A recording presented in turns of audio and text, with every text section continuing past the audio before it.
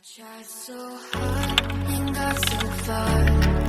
In the end, it doesn't even matter. I had to fall.